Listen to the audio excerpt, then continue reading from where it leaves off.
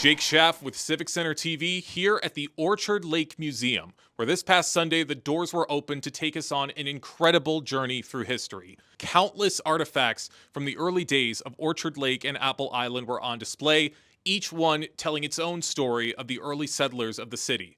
Carol Fink of the West Bloomfield Historical Society was in charge of the event, and I had the chance to speak with her about these artifacts and what they truly mean to the city of Orchard Lake.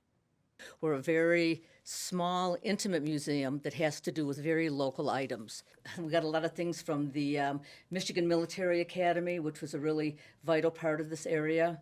So we go all the way back from there, going back to when the Native Americans lived here, the indigenous people, the early trappers. The range would be from several thousand years old for our mastodon bones and as current as a telephone and typewriter. What do you find the most interesting about the items here?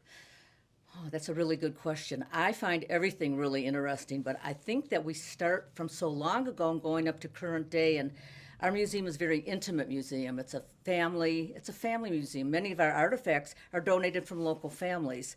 So I think it's so interesting that not only are we seeing our history, but we are a part of our history. Do you have a personal favorite item? All the items are my personal favorites.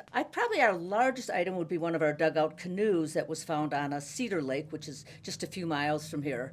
Canoes were the early pickup trucks, or the early trucks that would travel. So they would go from here all the way portage to different lakes, all the way up to the Detroit River, and then on to the big lakes.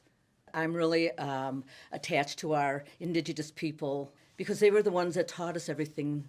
They were out here first. This is their land. Apple Island was their island. So we love to showcase as much as we can about the Native people and to thank them every day.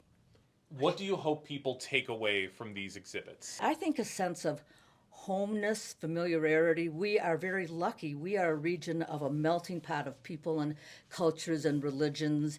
And for people to learn that this went on here, and I think what I want people to take away is how important our history is.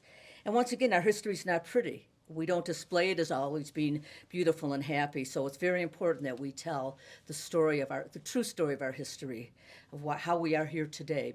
And once again, acknowledging the indigenous people, to our Michigan Military Academy, to our everyday farmers and pioneers and early school people. So I want you to take away that this was everybody's home.